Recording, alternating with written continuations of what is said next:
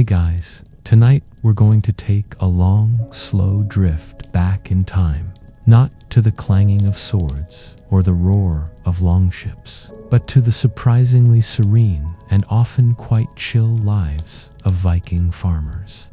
Imagine, if you will, the gentle crackle of a hearth fire, the low murmur of livestock just beyond the wooden walls, and the crisp, clean air carrying the scent of wood smoke and damp earth.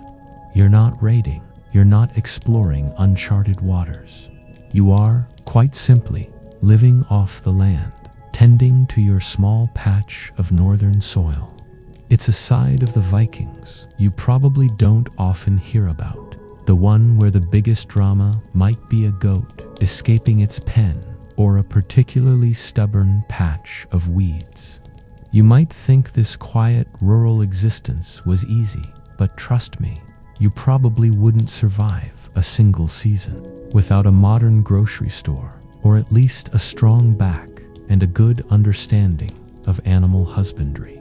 So, before you get comfortable, take a moment to like the video and subscribe, but only if you genuinely enjoy what I do here. And let me know in the comments where you're listening from and what time it is, so we can all drift off together.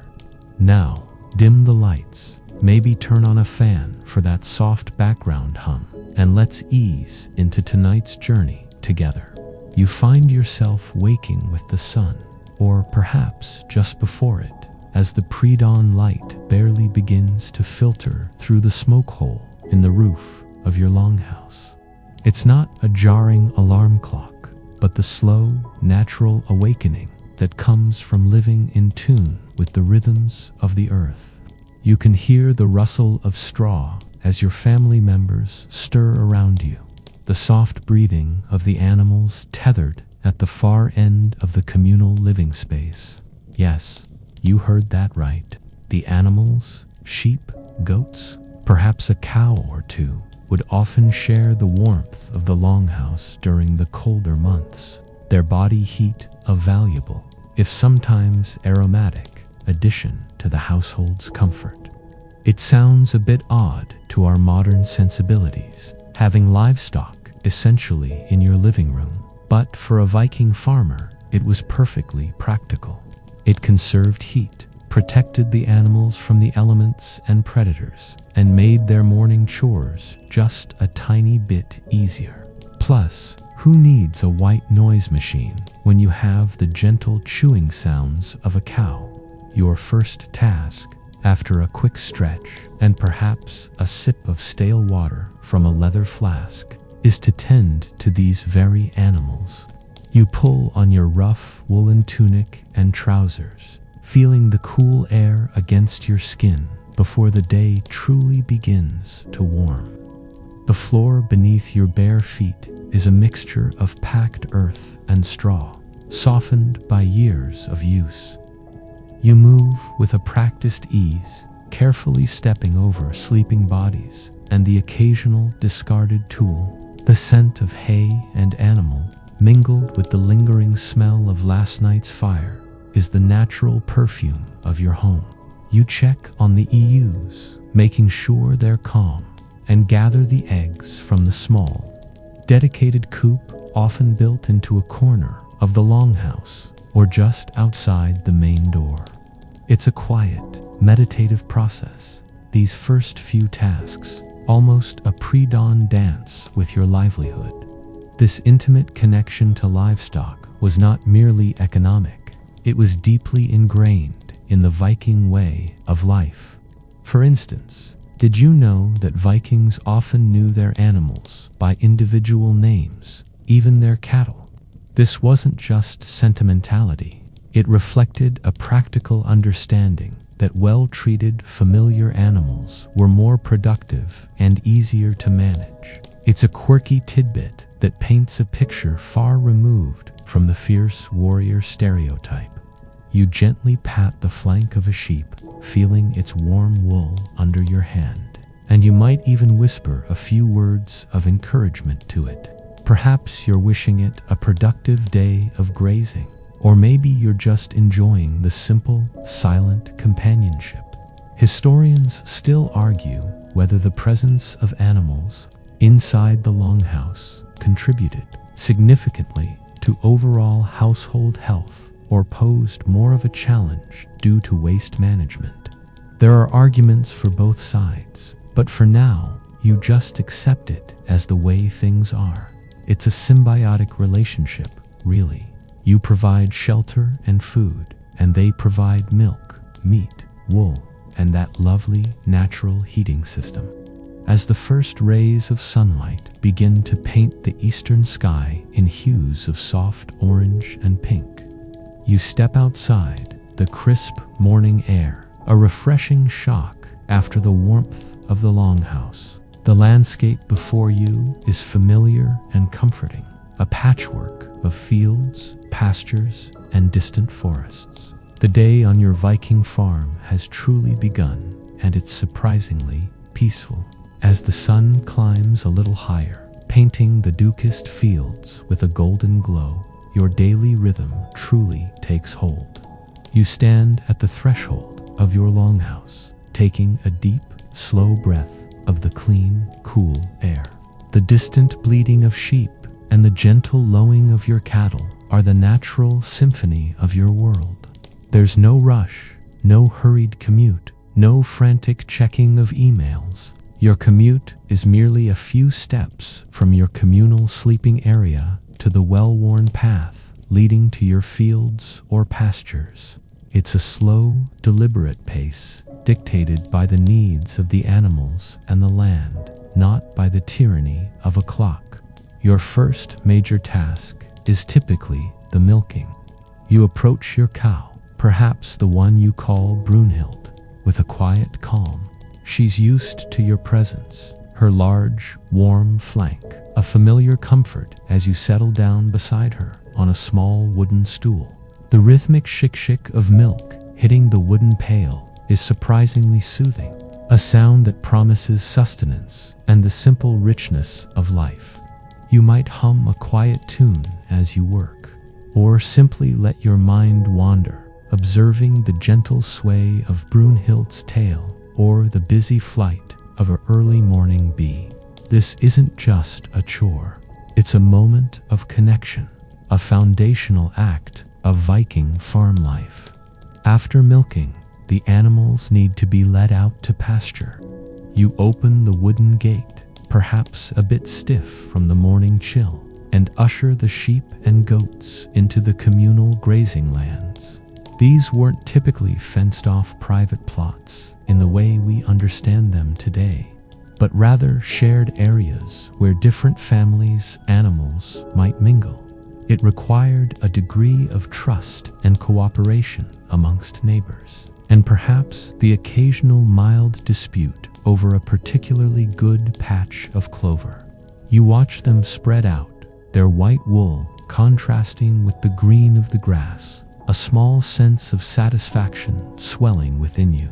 You might even chuckle softly as a particularly stubborn goat tries to sneak a mouthful of leaves from a bush it shouldn't. This gentle humor, often directed at the quirks of farm life, was a quiet constant. While the animals graze, your attention turns to the fields. Depending on the season, this could mean anything from mending fences, a surprisingly meditative task of lashing together branches and stakes, to turning the soil with a simple yet effective ard, a type of primitive plow. The ground beneath your feet is firm and cool, yielding grudgingly as you guide the tool. You feel the pull in your arms and shoulders, a satisfying ache that speaks of honest labor. This isn't back-breaking work in the way a modern gym session might be. It's a steady, enduring effort, synchronized with the turning of the seasons. Did you know that Vikings often used an early form of crop rotation, not in the scientifically precise way we understand it now, but more instinctively? They observed which crops depleted the soil and which enriched it, moving their planting areas around to maintain fertility. It's a quirky tidbit demonstrating a practical wisdom often overlooked amidst tales of axes and longships. They were, in essence, early environmentalists, albeit driven by necessity rather than abstract ideals. You might glance over at your neighbor's plot, noting their progress, maybe even offering a silent nod of approval if their furrows are particularly straight. Historians still argue whether the concept of land ownership among Viking farmers was truly individual or if a more communal, clan-based system predominated, especially regarding pastures and forests. While individual plots for cultivation were clear, the grazing lands and access to timber often blurred the lines. For you, trudging through your field, the distinction probably feels less academic and more about the shared effort of your community. The sun continues its ascent, warming your back, and the day stretches out before you, filled with these steady, grounding tasks. You are a small, quiet cog in the vast, slow-moving machine of the Viking agricultural year, and there's a deep, unhurried peace in that. As the midday sun approaches its zenith, casting shorter shadows across your modest fields, your thoughts turn inward towards the heart of your Viking world. The longhouse. It's more than just a dwelling. It's the nerve center of your family's existence. A communal hub where generations live, eat, and sleep side by side. Imagine stepping inside from the bright daylight, your eyes adjusting to the dim, smoky interior. The air, though thick with the scent of wood smoke, is surprisingly warm, a testament to the central hearth that constantly glows and occasionally crackles. This hearth isn't just for warmth. It's the kitchen, the social focal point, and perhaps even a subtle reminder of the god's presence. You move through the single, elongated room. On either side, raised platforms serve as benches during the day and sleeping areas at night. These aren't elaborate beds with mattresses and springs, of course. Instead, you'd find straw-filled sacks or animal furs, offering a surprisingly comfortable, albeit firm, place to rest. You might see a loom standing idle, half-finished textiles draped over its frame, or various tools neatly hung on wooden pegs along the walls. The sense of order, despite the bustling multi-purpose nature of the space, is palpable. Everything has its place, a quiet efficiency born of necessity. You might even find yourself admiring a particularly intricate carving on a wooden post, a small touch of beauty amidst the practicality. The construction itself is a fascinating blend of sturdy practicality and local resources. Longhouses were typically built with thick wooden walls, often insulated with turf or wattleland daub, topped with a heavy turf roof that blended seamlessly into the landscape. This natural insulation was key to keeping the interior warm in winter and surprisingly cool in summer. The smoke from the central fire would often escape through a smoke hole in the roof, or sometimes through vents along the ridge. But a certain amount of smoke inevitably lingered, giving everything a distinctive, aged patina. It's the kind of air that probably wouldn't pass modern air quality tests, but it was the smell of home. You've become accustomed to the faint sting in your eyes, and perhaps it even adds to the cozy, enclosed feeling. Did you know that some larger longhouses were so long they could house not just one extended family, but several, almost like a small village under one roof? This communal living arrangement fostered a strong sense of kinship and mutual reliance. It's a quirky tidbit that highlights how different their concept of privacy was compared to our own, yet they thrived in these close quarters. Imagine having all your relatives, and maybe a few distant cousins living in your open-plan home all the time. It certainly cut down on heating bills. Historians still argue whether the layout of the longhouse, particularly the division between human and animal living spaces, reflects distinct social hierarchies or simply practical considerations based on the severity of the local climate. For you, the Viking farmer, it simply makes sense. The warmth of the animals is a blessing on a cold night, and their proximity makes morning chores efficient. As you move about the longhouse, perhaps tidying a loose bundle of wool or sharpening a knife on a whetstone by the fire, you feel the deep comfort of shared space, shared warmth, and shared existence. It's a quiet, continuous hum of life, a gentle reassurance that you are never truly alone. With the longhouse humming with its own quiet life, your attention as a Viking farmer naturally shifts to the very ground beneath your feet, your fields. The rhythm of farming in this age wasn't about large, mechanized operations. It was about intimate knowledge of the soil, the seasons, and the simple yet surprisingly effective farming tools and techniques at your disposal. You trudge out, perhaps with your trusty ard slung over your shoulder. Now, an ard isn't what you'd call a modern plow. It's more of a scratch plow, a simple wooden implement, sometimes tipped with iron, designed to break up the top layer of soil rather than fully invert it. You're not churning up deep furrows like a tractor. You're gently tickling the earth, preparing it to receive the seeds. It's a slow dance, a patient coaxing of the land. You grip the wooden handles, feeling the familiar grain of the wood under your palms. As you pull or guide the ard, often with an ox or a horse providing the brute force. If you're lucky enough to own such an animal, you feel the vibrations of the earth transferring through the implement, almost as if the soil itself is communicating with you. You learn to read the resistance, to adjust your angle ever so slightly, to avoid the stubborn rocks that seem to lie in wait just below the surface. This intimate connection with your tools and the land meant that farming was less of a chore and more of a continuous conversation. You might even find yourself muttering encouragement to your animal, or perhaps a gentle curse at a particularly tenacious route. This quiet banter with your environment is a common, comforting thread in your day.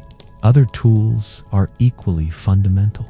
The spade, not unlike a modern shovel, but perhaps a bit heavier and less refined, is crucial for digging and moving soil. Then there's the hoe, essential for weeding, a relentless battle against nature's determination to reclaim your cultivated land.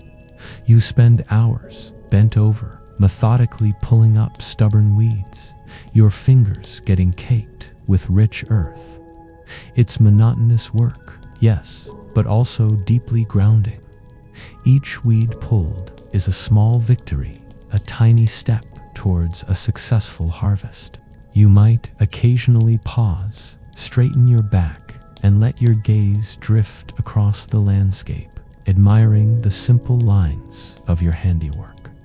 Did you know that some Viking communities used a system of communal landholding for certain purposes, especially for hay meadows? While your personal arable plots were clearly yours, the valuable hay needed for winter fodder might come from shared resources, requiring coordinated efforts in harvesting. It's a quirky tidbit that shows a blend of individual enterprise and collective responsibility. Far from the purely individualistic farming, often romanticized in later periods, it highlights that cooperation was as vital as competition in their world. Historians still argue whether the ARD's limited soil disturbance was a deliberate choice for certain soil types, preserving nutrients, or simply a technological limitation of the era. Perhaps it was a bit of both. For you, the Viking farmer, it simply works. It's been the way for generations, and it yields enough to feed your family. As the day progresses and you continue your patient work, the sun tracing its arc across the sky, you feel a deep satisfaction in the simple act of preparing the earth. You are part of an ancient lineage, a quiet, unheralded contributor to the long, slow story of human civilization. The rhythmic scrape of your tools against the earth is the real soundtrack to your life. A far more constant and enduring sound than any battle horn. With the soil gently tilled, this isn't about vast monocultures stretching to the horizon. It's about a diverse patchwork of grains and vegetables, carefully chosen to thrive in the northern climate and provide for your family throughout the year. You reach into a small, worn leather pouch, the seeds within feeling smooth and cool against your fingertips. These aren't just seeds. They are the promise of next year's bread, next year's ale, and the very continuation of your existence. You feel their weight, a tangible link to the future. The most common grain, your staple, is barley. It's hardy, adapts well to various soil types, and provides a reliable yield. You scatter the tiny grains with a practiced hand, letting them fall into the freshly prepared furrows. It's a rhythmic motion, almost hypnotic, as you move across the field. Each toss of the hand is an act of faith, a quiet prayer to the gods for good weather and a bountiful harvest. You might even hum a low, repetitive tune as you work. The simplicity of the task allowing your mind to wander into a state of contented quiet. Beyond barley, you also cultivate rye, another resilient grain, particularly suited for making the dense, nourishing bread that will fill your belly during the long, dark winters. And in some areas, especially further south, oats might make an appearance, perhaps for porridge or as fodder for your animals. The diversity of your crops is a form of insurance. If one fails, perhaps another will still provide enough to keep you from hunger. It's a pragmatic approach to survival, born of generations of observing the land. But your fields aren't just about grains. You also tend to smaller plots, closer to the longhouse, where you grow vegetables. Think cabbages, leeks, and onions, hardy plants that can withstand the cooler temperatures. These provide essential nutrients and a welcome variety to your diet. You might spend time carefully weeding around these tender shoots, gently coaxing them upwards, almost as if you're speaking to them. This hands-on, meticulous care is far removed from modern industrial farming. It's gardening on a slightly larger scale, a deeply personal relationship with your food. Did you know that archaeological digs have found evidence of specialized gardens attached to some Viking longhouses where medicinal herbs and rarer vegetables were grown? It's a quirky tidbit that suggests a more sophisticated understanding of horticulture than often assumed, hinting at both practical healing knowledge and perhaps a taste for more refined flavors. It makes you wonder what sort of ancient superfoods they might have been cultivating. Historians still argue whether the Viking saga's descriptions of lush, fertile lands in some settlements were poetic exaggeration or accurate reflections of particularly productive regions that allowed for greater agricultural surplus. For you, kneeling in the dirt, the reality is simpler. It's about making the most of what you have, coaxing life from the earth with consistent effort. As the sun warms your back and the seeds settle into their temporary beds, you feel a quiet sense of accomplishment. You are laying the foundation for your future, one tiny grain at a time, a peaceful process of growth and expectation. Beyond the quiet rows of your grain and vegetable patches lies another, equally vital part of your Viking farm: the livestock. These aren't just animals. They are walking, breathing assets, each one a crucial thread in the tapestry of your survival. You might hear the low, contented chewing of your cattle as they graze in the pasture, or the distant bleating of sheep on the hillside. They are your mobile larders, your walking wardrobes, and your silent, furry companions, often providing more than just food. Take the sheep, for instance. Their wool is absolutely essential. Imagine the chill of a Scandinavian winter without thick, warm woolen clothing. Unthinkable, right? You spend hours shearing them, a slow, methodical process, then cleaning and preparing the fleeces. This isn't just a chore. It's an annual ritual, providing the raw material for every tunic, cloak, and blanket that keeps your family warm. You might even find a certain peaceful satisfaction in the rhythmic snipping of the shears, knowing that each handful of wool is a step closer to cozy comfort. It's a reminder that even in a harsh climate, comfort was carefully crafted, not just taken for granted.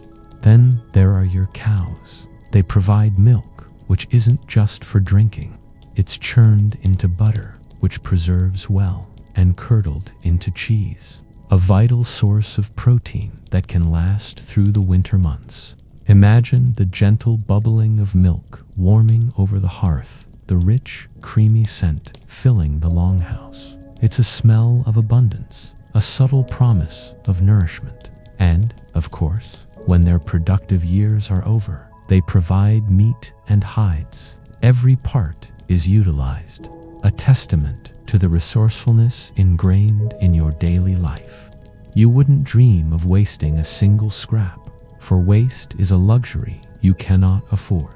And let's not forget the pigs. While sheep and cattle might symbolize long-term investment, pigs are quicker to mature, providing a faster turnaround for meat. They scavenge, rooting through the forest floor, turning otherwise unusable scraps into valuable protein. Their grunts and squeals are part of the background chorus of your farm, a constant reminder of the bustling life around you. You might occasionally laugh softly at the antics of a particularly curious piglet, their clumsy enthusiasm, a brief, light-hearted moment in your day. Did you know that some Viking archaeological sites have revealed very specific types of animal pens and shelters, suggesting a nuanced understanding of animal husbandry tailored to local conditions? It's a quirky tidbit that demonstrates their ingenuity went far beyond just letting animals roam freely. They managed their livestock with considerable foresight. They weren't just farmers, they were animal managers too. Historians still argue whether the common practice of animal sacrifice in Norse paganism significantly impacted the overall livestock populations and their economic sustainability for Viking farmers, or if it was a relatively small, ritualistic portion of the herd. For you, the Viking farmer, the daily care of your animals is paramount, a constant, quiet commitment that underpins your very existence. As you move among your animals, tending to their needs, you feel a deep, inherent respect for these creatures that give so much. They are your partners in survival, and their well-being is intrinsically linked to your own. Their surprisingly chill lives are, in turn, a reflection of your own. As the days shorten and the crisp air of autumn begins to whisper through the trees, your focus as a Viking farmer shifts to one of the most critical tasks of the year: food preservation methods. This isn't just about keeping food from spoiling. It's about ensuring your family's survival through the long, lean months of winter, when fresh produce is scarce and the ground is frozen solid. Your ancestors perfected these techniques out of sheer necessity, and you follow their wisdom with meticulous care, knowing that your diligence now dictates your comfort or discomfort later. One of the most fundamental methods, and perhaps the most pervasive, is drying. Imagine the sight: racks laden with fish, split open and hanging in the sun and wind to cure. The air around your longhouse might be thick with the salty, slightly pungent aroma. This isn't a quick process. It's a slow, patient desiccation that draws out every last drop of moisture, making the fish light as a feather and able to last for months, even years, if stored properly. You might turn them occasionally, checking for any signs of spoilage, your fingers brushing against the rough, leathery texture. It's a quiet, almost meditative task, this transformation of fresh catch into long-term sustenance. You can also dry and lightly smoke different meats over a slow fire. Picture strips of beef or mutton hanging by the smoke hole in your longhouse, soaking up that lovely wood smoke aroma. It adds flavor and helps keep the meat fresh, right? This passive smoking is a constant, subtle process, another layer of protection against the relentless march of decay.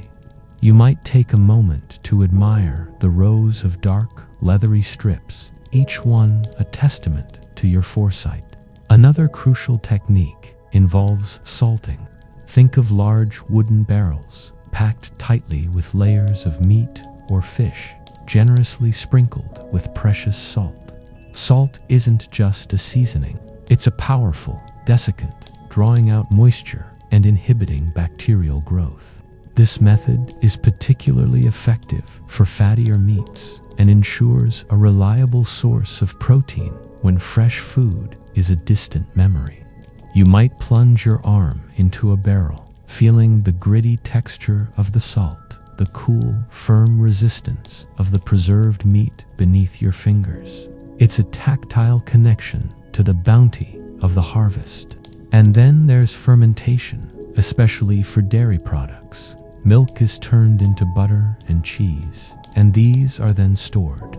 Some cheeses might be aged in cool, dark cellars, developing complex flavors that would put many modern artisanal cheeses to shame.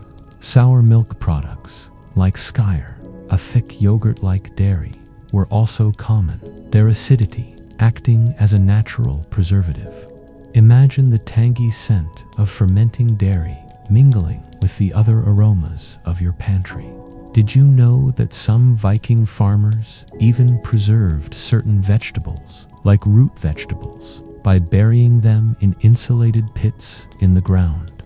This created a natural cold storage, protecting them from frost and spoilage, while keeping them relatively fresh through the winter.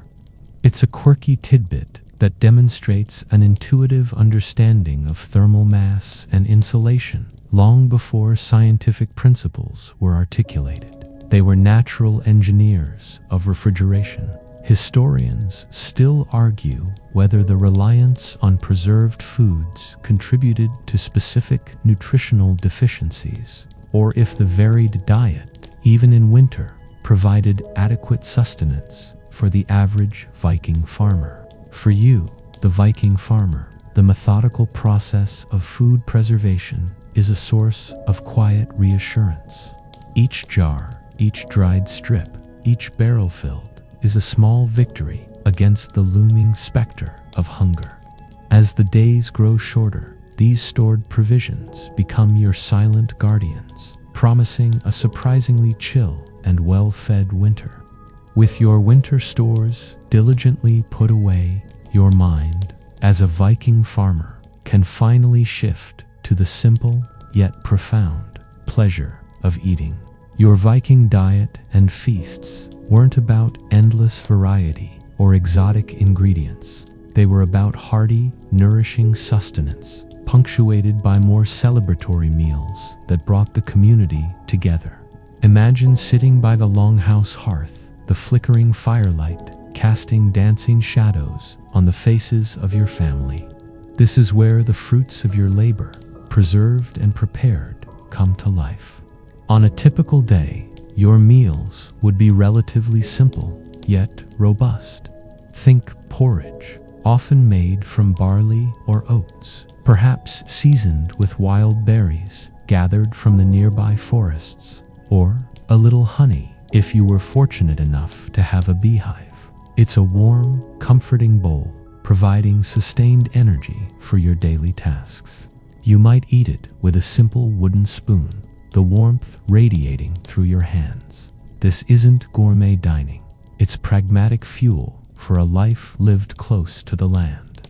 Bread, usually flatbreads, made from rye or barley flour, cooked directly on hot stones or a griddle over the fire, would be a constant companion. It's dense, chewy, and perfect for soaking up the juices of whatever humble stew or broth you've managed to create.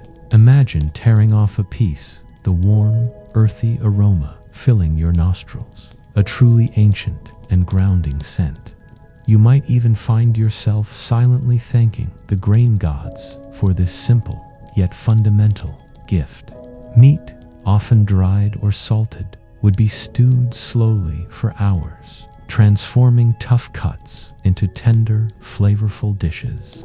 Root vegetables, carefully preserved from your garden, would add substance and vital nutrients. Imagine the rich, savory smell of a simmering stew, a scent that signals comfort and security, wafting through the longhouse. It's the kind of aroma that invites you to pull up a stool and simply be. Fish, of course, especially dried fish, would be a constant, providing essential protein and healthy fats. You might chew on a piece of dried fish as you work in the fields, a portable, energizing snack. But then there are the feasts. These are special occasions, perhaps a seasonal festival, a wedding, or a successful harvest celebration. The atmosphere would be entirely different. The best of your preserved meats, perhaps some freshly slaughtered animal, would be prepared. Mead, a fermented honey drink, or ale, brewed from your own barley, would flow more freely. Imagine the lively chatter, the sound of a lyre or a drum, the shared laughter. These feasts were communal affairs, strengthening bonds and providing a much-needed release from the steady rhythm of daily life.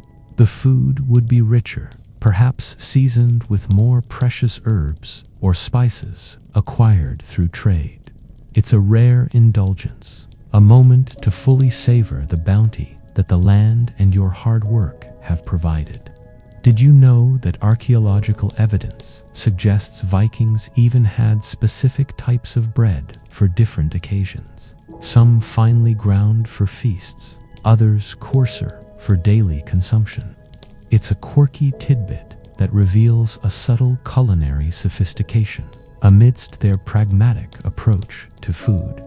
They weren't just eating, they were experiencing food culturally. Historians still argue whether the occasional consumption of unusual foods, like certain types of wild game or even fermented shark in some regions, was a common dietary element or more of a rare acquired taste based on local availability. For you, the Viking farmer, the focus remains on simple, hearty fare, occasionally elevated by the joy of a shared meal. As you finish your meal by the fire, the warmth spreading through your belly, you feel a deep, quiet contentment, ready for the gentle slumber that comes after a day of honest labor and a belly full of good, simple food. As the seasons turn and the chill of the north truly sets in, your thoughts as a Viking farmer naturally drift to warmth and protection, particularly to your clothing. This isn't about fleeting fashion trends or elaborate designs. It's about pure, unadulterated practicality, designed to keep you comfortable and alive in a demanding climate. You can feel the rough, familiar texture of the wool against your skin, a comforting presence that shields you from the biting wind and damp cold. Your primary material, the absolute backbone of your wardrobe, is wool. Imagine the entire process, from the shearing of your sheep through the arduous tasks of cleaning, carding, and spinning the raw fibers into yarn. Then comes the weaving, often done by the women of the household on upright looms within the longhouse. The rhythmic clack of the loom, the soft scrape of the shuttle back and forth, is a constant, almost hypnotic sound in your home. You wear your wool every day, thick tunics and trousers, layers upon layers, because it's breathable, insulates even when wet, and surprisingly durable. You might even find a small, comforting hole in your favorite tunic, a testament to its long service. Beyond wool, linen also plays a role, especially for undergarments closer to the skin, offering a smoother, lighter feel. It's a softer touch, a small luxury beneath the bulk of your outer layers.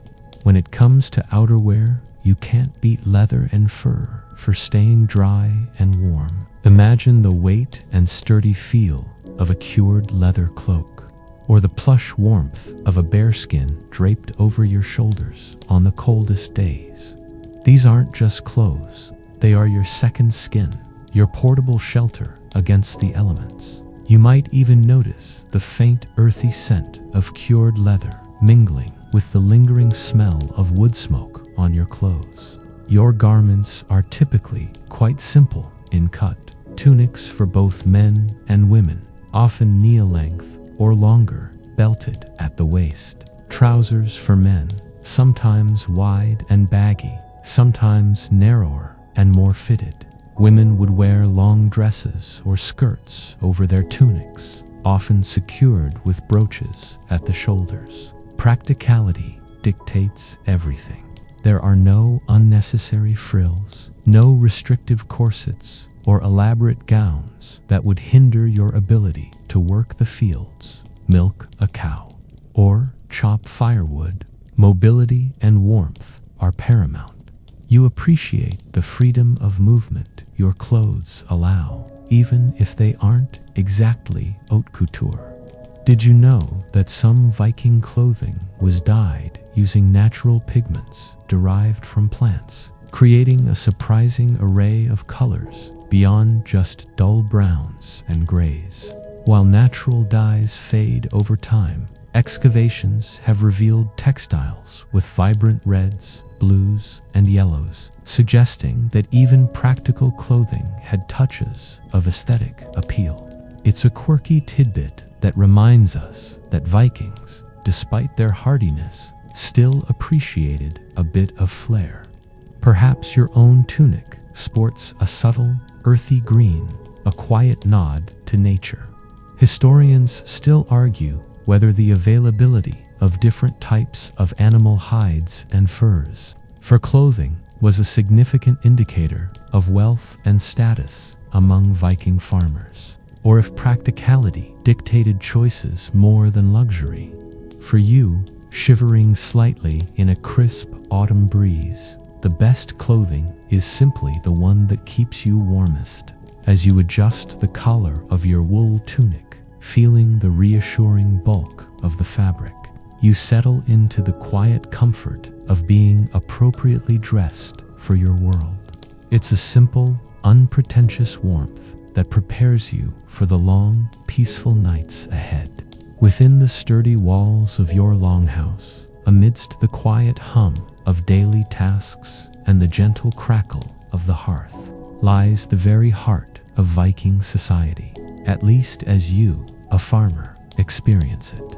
The family life and social structures. This isn't just a collection of individuals. It's a tightly woven tapestry of relationships, responsibilities, and mutual support. You are part of an extended family, bound by blood and by the shared necessity of survival in a world where individual effort, while important, is never enough. Imagine the ebb and flow of life within the communal longhouse. Grandparents, parents, children, and perhaps even aunts, uncles, and cousins all share this single, elongated space. There's a constant, gentle murmur of voices, the soft movements of bodies, the shared warmth. Privacy, as we understand it today, is a foreign concept. Instead, there's an inherent intimacy, a deep understanding of each other's moods and needs, forged by constant proximity. You learn to read unspoken cues, to anticipate a need, to offer a helping hand without being asked. This continuous interaction builds incredibly strong bonds, a silent strength that underpins your entire existence. Each member of the household has a defined role, contributing to the collective well-being. The men might focus on the heavier outdoor labor, plowing, building, hunting, and defense, while the women oversee the domestic sphere, often with considerable authority, as we'll gently explore later. Children, even from a young age, contribute to chores, learning skills that will be vital for their own adulthood. It's a system built on cooperation, where everyone understands their place and their value. You see your own parents, perhaps now elderly, still contributing through their wisdom and lighter tasks, a testament to a society that valued all ages. The concept of family extended beyond the immediate household or your clan. A wider network of kin provided an essential safety net. In times of hardship, a poor harvest, a lost animal, an unexpected illness, you could rely on the support of your extended family. This wasn't charity. It was an unspoken contract, a reciprocal understanding that today's help might be tomorrow's necessity. This strong social fabric created a remarkably chill society in some ways, where the fear of complete destitution was somewhat mitigated by the strength of your bonds. Did you know that Viking adoption was a relatively common practice, often not just for orphaned children, but also to strengthen alliances between families or to bring a skilled individual into a household? It's a quirky tidbit that demonstrates a flexible and pragmatic approach to kinship, prioritizing social cohesion and economic benefit alongside blood ties. They were, in essence, master networkers, long before LinkedIn existed. Historians still argue whether the perceived patriarchal structure of Viking society was absolute, or if women, particularly within the domestic sphere, held significantly more power and influence than traditionally acknowledged. For you, living within the longhouse, the interdependence is clear. As you sit by the hearth in the evening, listening to the quiet breathing of your family around you, you feel a deep sense of belonging. This shared existence, though seemingly simple, provides a profound sense of security and connection, allowing you to drift off into sleep feeling safe and supported. As the gentle rhythm of longhouse life continues, you observe the youngest members of your family, the children. Their roles in Viking society were far from what we might imagine for modern kids. There were no structured schools or endless hours of leisure, but a practical, hands-on upbringing that prepared them, quietly and steadily, for their future as Viking farmers. You watch them scamper about, their laughter a bright counterpoint to the more serious sounds of adult work. Yet even their play often has a purpose. From a very young age, children were integrated into the daily chores, learning by observation and imitation. A small hand might reach out to help sort grains, or a tiny figure might mimic your movements as you tend to a garden plot. They learn the names of the animals, the feel of the earth, the way a tool fits in the hand. This isn't forced labor. It's an organic apprenticeship, a natural progression into the skills necessary for survival. You might give a gentle instruction or simply demonstrate a task, allowing them to absorb the knowledge at their own pace. There's a quiet patience in this teaching, a recognition that learning is a continuous process. Their play was often a direct reflection of adult activities, serving as a subtle form of education.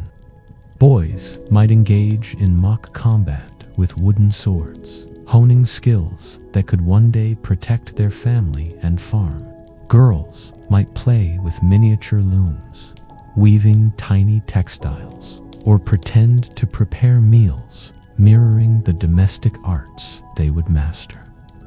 Imagine the quiet clatter of wooden toys, or the soft chants of children playing ancient games that have been passed down through generations. These games weren't just for fun. They were crucial for developing physical dexterity, problem-solving skills, and a sense of community. You might smile to yourself as you see a child diligently milking an imaginary cow. Despite the practical nature of their upbringing, there was still room for storytelling and simple amusements. By the flickering light of the hearth fire in the evenings, stories of gods and heroes, of ancestors and mischievous spirits would fill the longhouse. These tales, often recited in a slow, steady cadence, weren't just entertainment. They conveyed cultural values, historical knowledge, and moral lessons. Imagine the rapt faces of the children, their eyes wide with wonder, as you recount a tale of Thor or Freya. It's a gentle, almost hypnotic way to end the day, fostering imagination even in this practical world. Did you know that Viking children were often given very descriptive, sometimes quite whimsical, nicknames that were used within the family, even if their formal names were more traditional? It's a quirky tidbit that reveals a playful and affectionate side to Viking family life. Far from the stoic image often portrayed, perhaps your own child is affectionately called Little Otter or Whisperwind. Historians still argue whether Viking childhood was significantly shorter than in later historical periods, with children expected to take on adult responsibilities at a very early age. Or if there was a recognized period of youth that allowed for more learning and less labor. For you, the Viking parent, it's about guiding them gently into the necessary skills of your world. As you watch a child carefully tending to a small patch of herbs or listening intently to an elder's story, you feel a quiet pride. Their surprisingly chill journey into adulthood is a reflection of the steady, grounded life you yourself lead, ensuring the continuation of your farming legacy. While the children learn and play, and the men might be occupied with heavier tasks, the true quiet power on a Viking farm often resided with the women. Their authority within the domestic sphere was not merely significant, it was often absolute, making them indispensable pillars of the household and community. You see it every day, the quiet competence, the unwavering management, the sheer breadth of responsibilities that fall under their purview. This isn't a secondary role. It's a parallel, equally vital form of leadership. Imagine the woman of the house, perhaps your mother or your wife, moving through the longhouse with a serene efficiency. She is the keeper of the keys, literally and figuratively. She holds the keys to the chests where valuables are stored, symbolizing her control over the household's economy and resources. This isn't a mere symbolic gesture. It grants her significant, practical power. She oversees the preparation and preservation of food, ensuring the winter stores are ample and properly managed. You witness her patiently salting meat, carefully drying fish, and supervising the making of cheese and butter. Her decisions in this realm directly impact the family's survival, making her a vital strategist. Beyond food, the woman of the house is also the primary producer of textiles. She organizes the spinning of wool into yarn, the weaving of cloth on the upright loom, and the sewing of all the family's clothing. Remember those warm woolen tunics and cloaks? They are largely the product of her diligent work and oversight. The rhythmic thud of the loom, a sound you hear often, is a testament to her ongoing effort. She might also be skilled in crafting other necessities, from small leather goods to simple tools, adding to the household's self-sufficiency. This constant creation of essential items makes her a vital artisan and manager of resources. Her influence extends to the social fabric of the household as well. She raises the children, teaches them essential skills, and instills cultural values through stories and example. She is often the primary caregiver for the sick and elderly, possessing a practical knowledge of herbs and healing remedies. Imagine the quiet comfort she provides, a steady presence in times of distress. This holistic management of the domestic sphere meant that a Viking woman held considerable sway, her decisions respected and her judgment trusted. Did you know that in some Viking societies, women could own land, run businesses, and even represent themselves in legal matters if their male relatives were absent or deceased? It's a quirky tidbit that challenges simplistic notions of patriarchal societies and highlights the remarkable independence and legal standing some Viking women enjoyed. They were not just wives and mothers. They were legal entities and economic actors in their own right. Historians still argue whether the apparent freedom and legal rights of Viking women were a universal societal norm or more pronounced in certain regions or social classes within the broader Norse world. For you, the Viking farmer, the woman of your household is undeniably the steady hand that guides the inner workings of your world. As you watch her calmly managing the household or listen to her thoughtful counsel, you feel a deep, quiet appreciation for her strength and wisdom. Her surprisingly chill authority ensures the smooth, peaceful functioning of your entire farm.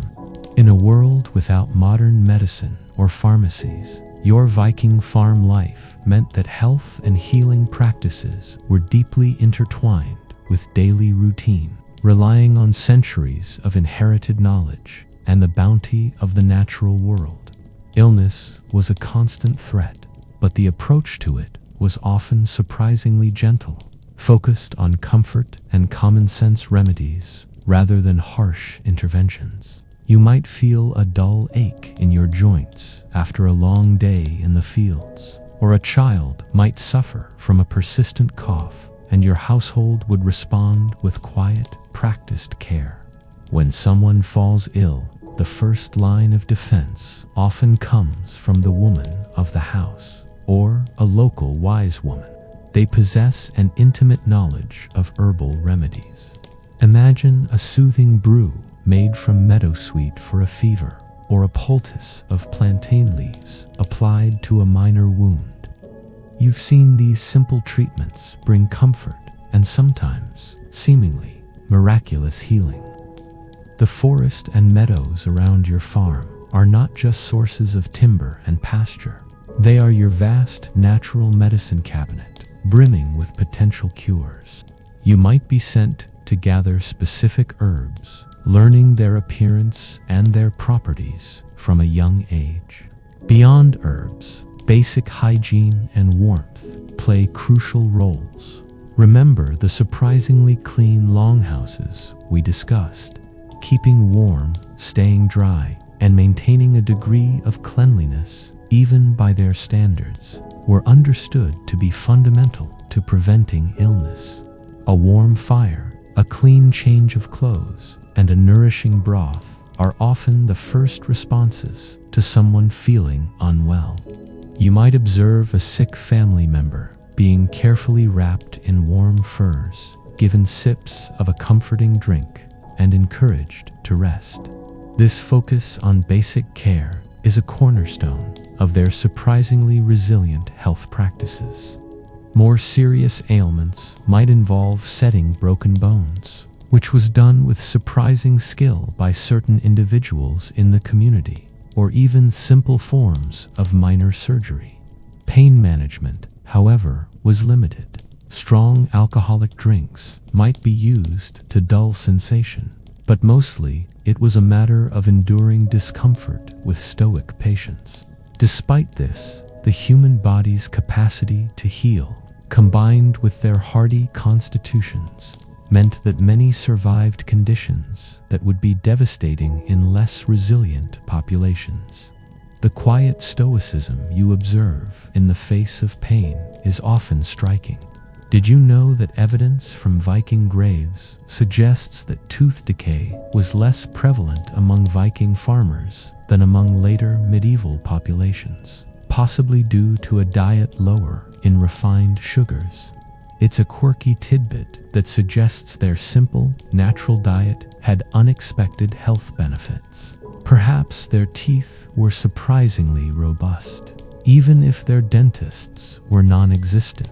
Historians still argue whether the prevalence of certain ailments, like parasitic infections, significantly impacted the overall lifespan and productivity of Viking farmers, or if their robust immune systems and reliance on natural remedies mitigated these challenges. For you, living through occasional bouts of illness, the comfort of your family and the wisdom of tradition are your greatest healers. As you watch the soft, rhythmic breathing of a recovering loved one by the hearth, you feel a deep, quiet gratitude for the simple, enduring power of care and nature's quiet remedies. In popular imagination, the word Viking often conjures images of unwashed warriors. But as a Viking farmer, you know a different truth. Your daily life, surprisingly, incorporates a range of practices focused on hygiene, cleaner than you think. It's not about sterile modernity, of course, but a practical approach to cleanliness that would likely surprise many who picture a perpetually grimy populace. You appreciate the feeling of fresh water on your skin and the cleanliness of your home, even if it's a constant battle against dirt and smoke. The most fundamental aspect of Viking hygiene revolves around water. Rivers, lakes, and natural springs provide an abundant supply. While a daily full-body bath might not be common for everyone, regular washing of hands and face, especially before meals, is you might start your day with a splash of cold water on your face. The invigorating shock awakening your senses more effectively than any strong coffee. The communal water source is not just for drinking.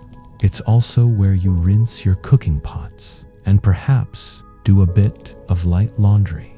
One of the most striking examples of Viking cleanliness is the widespread use of bathhouses, often communal structures heated by hot stones. Imagine the steam rising, the soothing warmth permeating your tired muscles after a long day of labor. These weren't just for getting clean. They were social hubs, places for relaxation and conversation. You might spend a peaceful hour or two gently scrubbing away the grime of the fields, then sitting quietly, letting the warmth soak into your bones. It's a surprisingly luxurious experience, a testament to their understanding of well-being. Hair care is also important.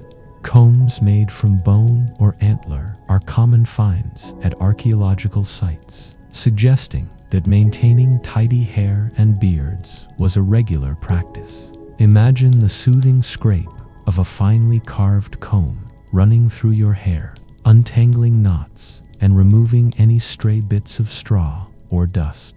And for those stubborn visitors, like lice, there were even specialized fine-tuft combs, showing a pragmatic approach to pest control. You might even trim your beard or hair with a sharp knife, keeping yourself presentable. Clothing, too, plays a role. While washing clothes was a laborious task, garments would be aired out regularly, beaten to remove dust, and replaced when necessary. Remember the importance of wool. Its natural lanolin has self-cleaning properties, resisting dirt and odor to a surprising degree. You might hang your tunic out on a sunny day, letting the fresh air and sun do some of the work for you. Did you know that ear spoons and tweezers have been found in Viking graves, indicating that personal grooming extended to meticulous care for ears and facial hair?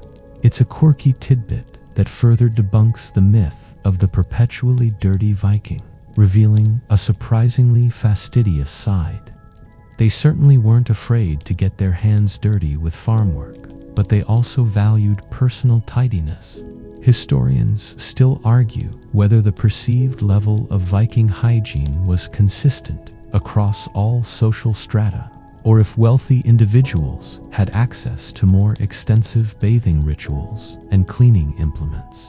For you, the Viking farmer, a clean body and a tidy longhouse contribute to a sense of calm and well-being as you settle down for the night. Feeling the clean linen against your skin, you appreciate the quiet comfort that comes from a day where effort was put into both working the land and keeping yourself surprisingly clean.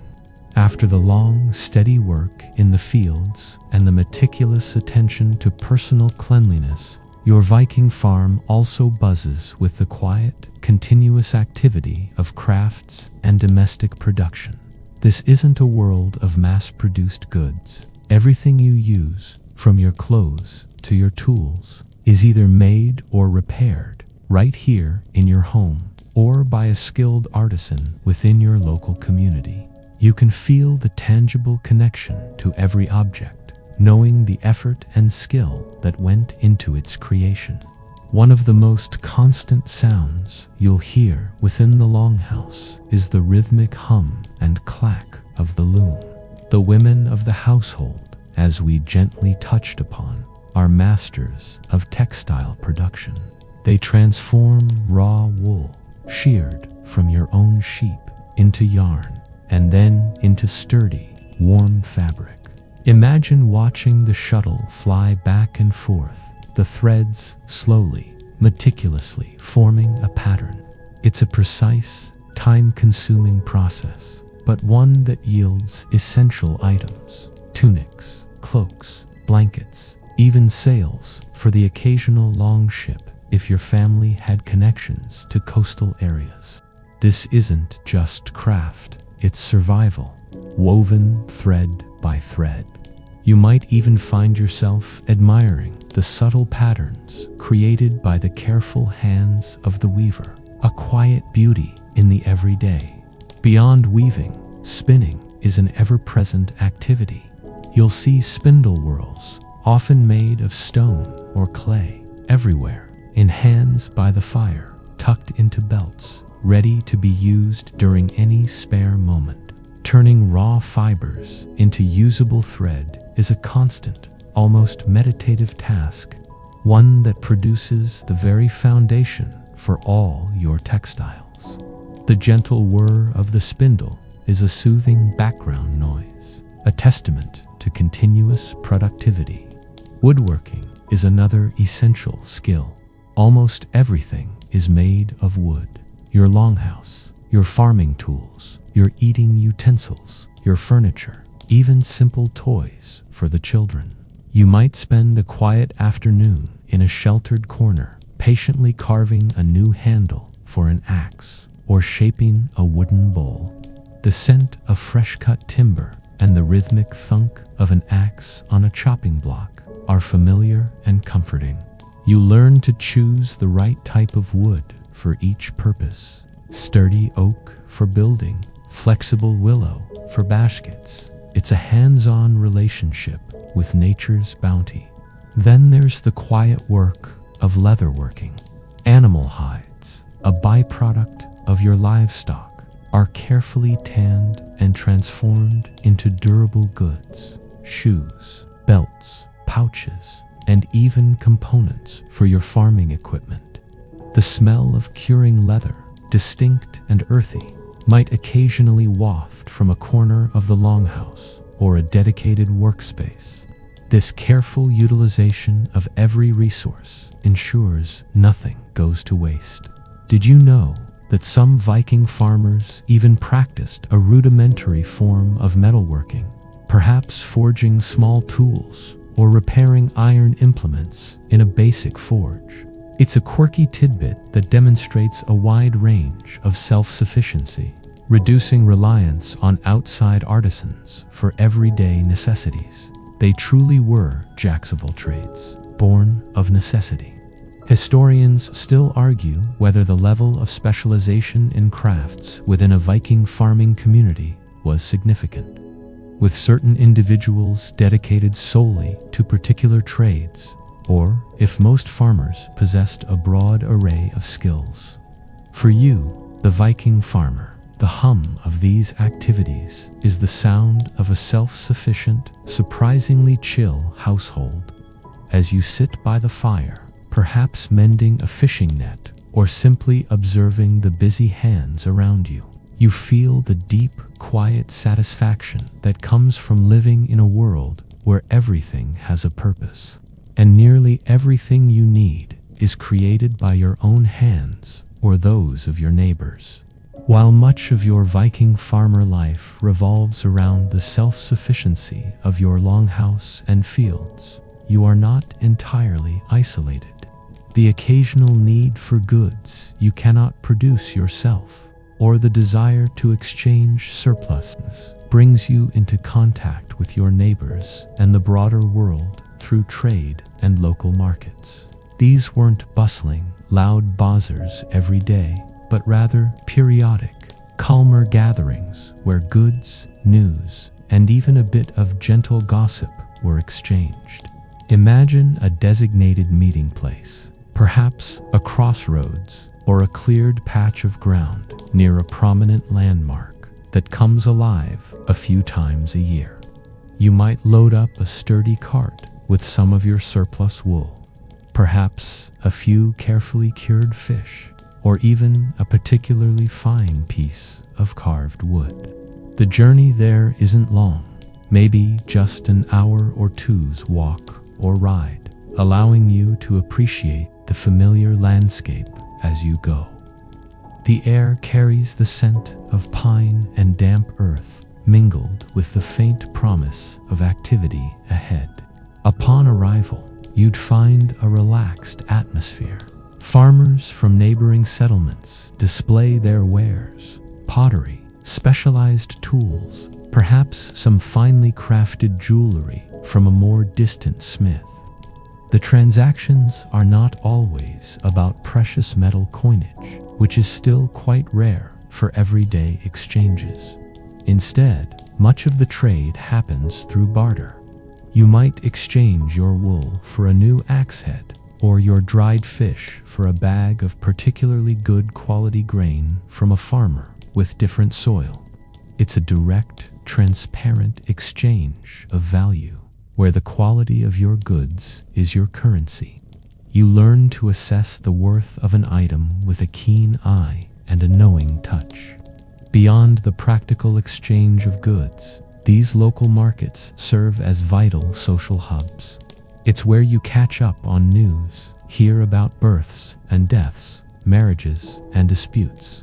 You might share a quiet laugh with a neighbor about the trials of a particularly stubborn goat, or discuss the prospects for the next harvest.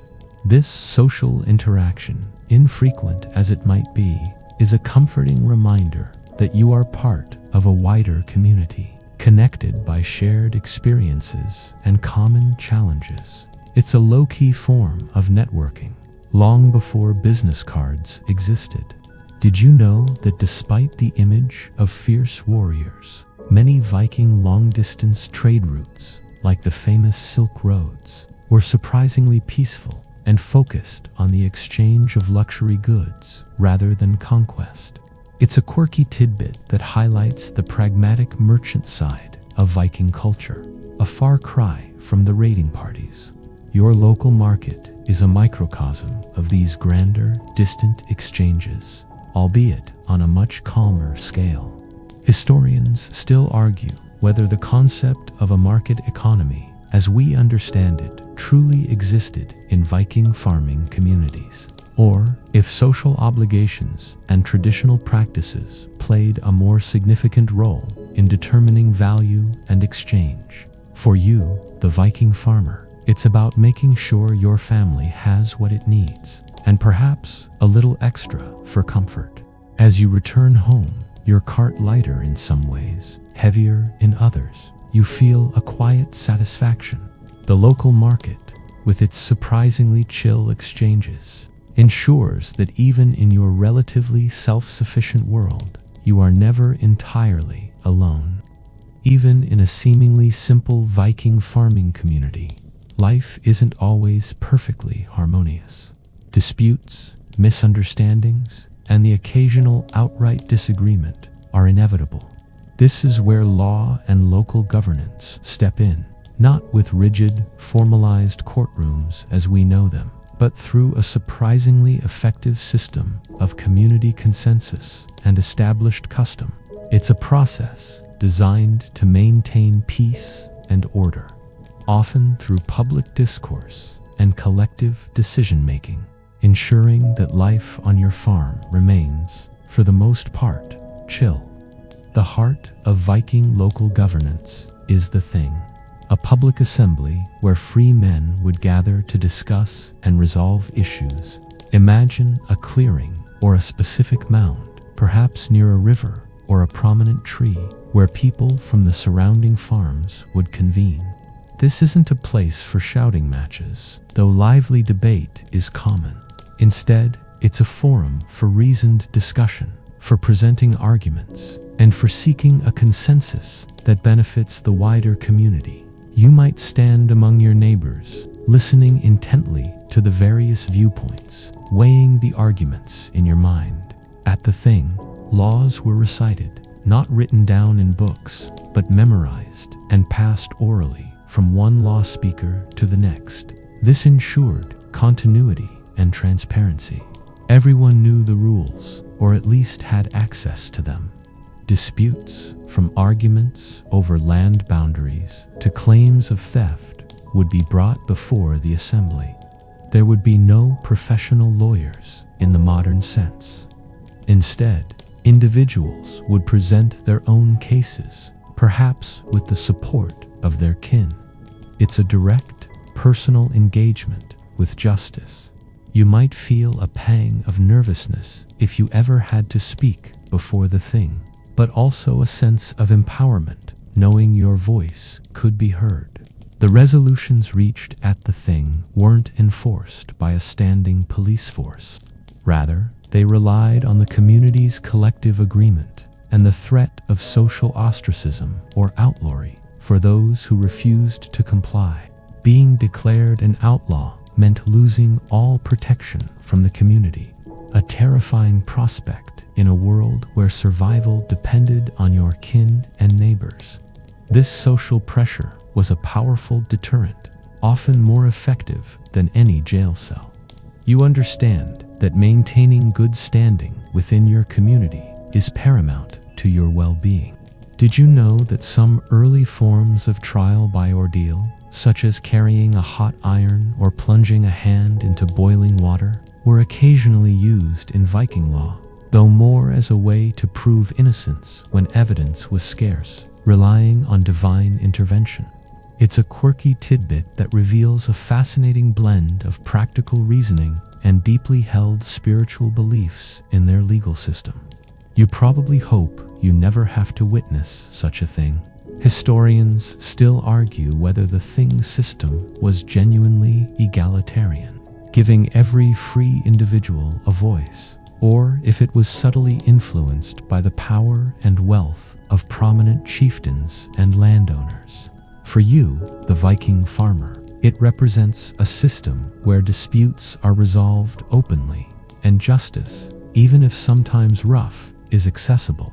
As you walk home from a session of the Thing, perhaps having witnessed a neighbor's reconciliation or a new custom established, you feel a quiet confidence in the order of your world. This ancient form of local governance ensures a surprisingly chill and stable foundation for your daily life. As the year progresses on your Viking farm, life is marked not just by the cycles of planting and harvesting, but by the quiet joy of seasonal celebrations and rituals. These aren't just arbitrary holidays. They are deeply meaningful moments, woven into the fabric of your agricultural calendar, often tied to the turning of the sun and the needs of the land. They provide a welcome rhythm, a chance to gather, give thanks, and find a deeper connection to the forces that govern your world. Imagine the midwinter feast, a time known as Yule. The darkest, longest night of the year is transformed into a period of warmth, feasting, and community. The longhouse is adorned with evergreen boughs, a symbol of life persisting even in the depths of winter. The hearth blazes brighter than usual, casting a comforting glow. You bring out your finest preserved meats and the strongest ale, sharing generously with your kin and neighbors. Stories are told, songs are sung, and offerings might be made to the gods, quietly asking for their favor and the return of the sun. It's a surprisingly chill celebration, focused on kinship and the quiet promise of renewal, a gentle pushback against the cold and dark. You might feel a deep, communal warmth as you share a hearty laugh with your neighbor.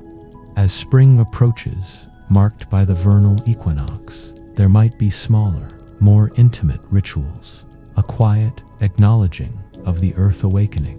You might participate in a humble offering to the land spirits, a small libation poured into the soil, hoping for a fertile planting season. These aren't grand spectacles. They are personal, heartfelt gestures, linking your daily toil to the greater cycles of nature. You feel the stirrings of new life in the air, a gentle anticipation after the long winter. The height of summer brings midsummer, another significant celebration. It's a time of bright, endless daylight, of flourishing crops and abundant pastures. Feasting outdoors, perhaps by a bonfire, is common. It's a joyous, light-hearted time, celebrating the peak of the growing season and the generosity of the land. Games might be played, tales exchanged, and marriages sometimes formalized under the benevolent gaze of the summer sun. The world feels vibrant and alive, and you allow yourself a moment of carefree enjoyment. You might find yourself dancing a slow, rhythmic dance with your community, celebrating the light. These rituals are more than just parties. They are vital for reinforcing social bonds, for sharing resources, and for expressing gratitude to the deities and forces that control the harvest and the weather. They are a way of making sense of the world, of finding comfort in tradition, and of connecting with the spiritual dimension of your existence. You feel a deep, quiet reverence for the cycles that sustain your life. Did you know that some archaeological evidence suggests specific types of ceremonial vessels were used during Viking feasts, perhaps for offering libations to the gods, indicating a formal spiritual aspect to their gatherings? It's a quirky tidbit that shows how deeply intertwined their celebrations were with their religious beliefs, far beyond just eating and drinking. Historians still argue whether the precise timing and nature of these seasonal celebrations were uniform across all Viking communities, or If local customs and agricultural cycles led to significant variations, for you, the Viking farmer, they are simply the markers of time. The moments when your community comes together in shared purpose and quiet joy. As the echoes of celebration fade and you return to the rhythm of your farm, you carry a sense of renewed spirit, ready for the next cycle and a surprisingly chill and peaceful sleep. In your world as a Viking farmer, the unseen forces are as real as the fertile earth beneath your feet. Your daily life is gently imbued with beliefs, gods, and spirits, a rich tapestry of mythology that offers explanation, comfort, and a sense of order to the vast, unpredictable universe. This isn't a distant, abstract religion. It's a living, breathing part of your existence, woven into the very fabric of the seasons and your interactions with nature. You feel the subtle presence of these powers, watching over your fields and home. At the pinnacle of your beliefs are the Geir and Vanir, the two main groups of gods, each with their own domain and influence. You know of Odin, the Allfather, god of wisdom, poetry, and war, though perhaps you invoke his name more for good counsel than for battle. Then there's Thor, the mighty thunder god, protector of mankind, whose hammer Mjolnir brings both storms and fertility. You might quietly offer a small prayer to Thor for a good harvest, knowing that his power can bless your crops. The rustle of leaves in the forest might be interpreted as a whisper from the gods, or the sudden roar of a distant storm as Thor's chariot rumbling across the sky. But beyond these grand deities, your daily life is more intimately connected with a myriad of smaller spirits and beings. The Landviter, or land spirits, are particularly important. These are the unseen guardians of your farm, your fields, your forests, and your waters. You might leave a small offering of milk or bread near a specific rock or tree, a quiet gesture of respect, hoping to keep them benevolent and ensure the prosperity of your land. Imagine the feeling of walking through your fields, knowing that unseen protectors are watching over your efforts. This quiet acknowledgement of the spirits fosters a deep, almost meditative connection to the natural world. The longhouse itself might have its own protective spirits, perhaps the Tomt or Nisser, small, benevolent beings who watch over the farm animals and bring good fortune if treated well. You might leave a small bowl of porridge for them on Yule Eve, a gentle tradition passed down through generations. It's a quirky tidbit that reveals the whimsical yet deeply felt side of their spirituality. Far from the grim warrior image, even the smallest creatures of myth have a place in your surprisingly chill world. Death and the afterlife are also deeply considered. Valhalla, Odin's Hall, is often spoken of, but for you, the farmer, the idea of being buried with your ancestors, your family close around you in death as in life, is equally comforting. The cycles of life and death, of the earth's bounty and its eventual return to the soil, are mirrored in your spiritual understanding. Historians still argue whether the Norse pantheon was a strictly hierarchical system, or if local cults and regional deities held more individual sway in the daily practices of Viking farmers. For you, the Viking farmer, it's about finding meaning and comfort in the ancient stories. As you look up at the vast, star-strewn sky on a clear night, feeling the chill air on your face, you sense the presence of these unseen forces, guiding the seasons and watching over your quiet slumber, bringing a profound sense of peace. Even within the confines of your farm, life isn't entirely static.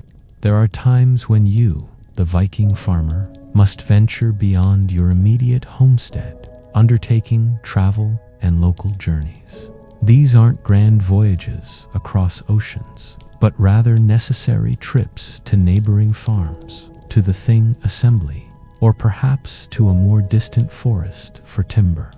Each journey, no matter how short, is a quiet exploration, a temporary departure from the familiar, yet always with the comforting knowledge of your return. Imagine pulling on your sturdy leather boots, perhaps lashing a small pack to your back, and stepping out of the longhouse early one morning. The air is crisp, carrying the scent of damp earth and distant wood smoke. Your mode of transport is usually your own 2 feet, or perhaps a reliable horse if the journey is longer, or if you're carrying a heavy load. The paths you follow are well-trodden, carved by generations of feet and hooves, winding through fields, past small clusters of trees, and alongside meandering streams. You know every dip and rise, every familiar landmark along the way. These local journeys are rarely solitary. You might travel with a neighbor, sharing stories, or discussing the latest farm news. The quiet camaraderie of a shared walk is a subtle comfort, a gentle reminder that you are part of a larger community. You might point out a particularly good patch of wild berries, or stop to inspect a beaver dam in a nearby stream. These shared observations deepen your connection to both the land and your fellow travelers. You might even hear a quiet joke, a dry comment about a particularly muddy stretch of path, bringing a soft chuckle. The purpose of these journeys is always practical. Perhaps you're heading to visit a relative a few miles away, to help them with a particularly heavy task like harvesting or building. Or maybe you're going to trade some surplus grain for a specific tool that a skilled artisan in another settlement has crafted.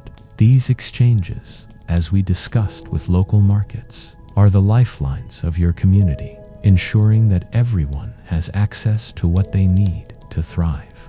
The journey itself becomes part of the negotiation, a time to consider your needs and plan your exchanges. Did you know that Vikings often marked their pathways with cairns or specially placed stones, creating subtle navigational aids for travelers, even on seemingly simple local routes? It's a quirky tidbit that reveals a thoughtful approach to community infrastructure, making journeys just a little bit easier and safer, especially in unfamiliar terrain or bad weather. They were the original road trippers, just without the cars or the asphalt. Historians still argue whether the concept of territory for Viking farmers was strictly defined by physical boundaries, or if it encompassed a more fluid understanding of accessible resources and social networks that extended through these local journeys.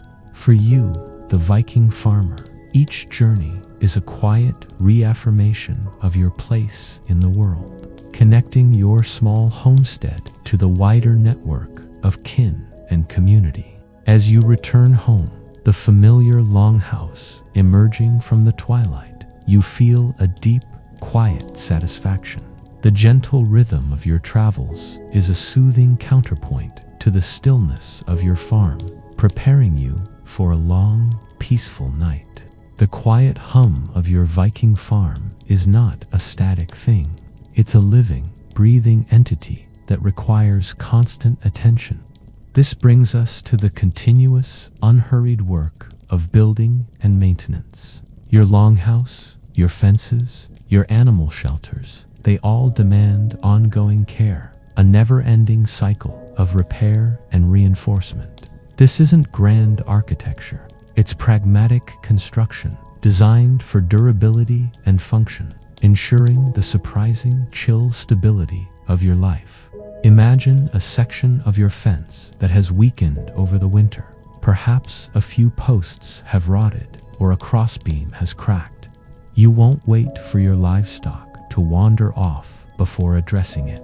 Instead, On a relatively calm day, you gather your tools, an axe, a stout knife, and perhaps a wooden mallet. You head to the nearby woods, carefully selecting young saplings or branches that are suitable for repair. This isn't about clear-cutting. It's about sustainable harvesting, taking only what you need and leaving the rest to flourish. You feel the rough bark under your hands, smelling the fresh scent of cut wood. Back at the fence, the work is methodical. You might dig a new post hole, feeling the satisfying give of the earth under your spade. Then, with practiced swings of your axe, you shape the new timber, fitting it snugly into place. The rhythmic thwack of the mallet as you drive home a peg or secure a new section of wattle is a comforting sound, a direct result of your effort. It's physically demanding, yes, but also deeply gratifying as you see the immediate results of your labor. You might even find yourself silently admiring the neatness of your work, a small act of pride in craftsmanship. Inside the longhouse, maintenance continues. Perhaps a section of the turf roof needs patching after a heavy rain, or a bench by the hearth has become wobbly.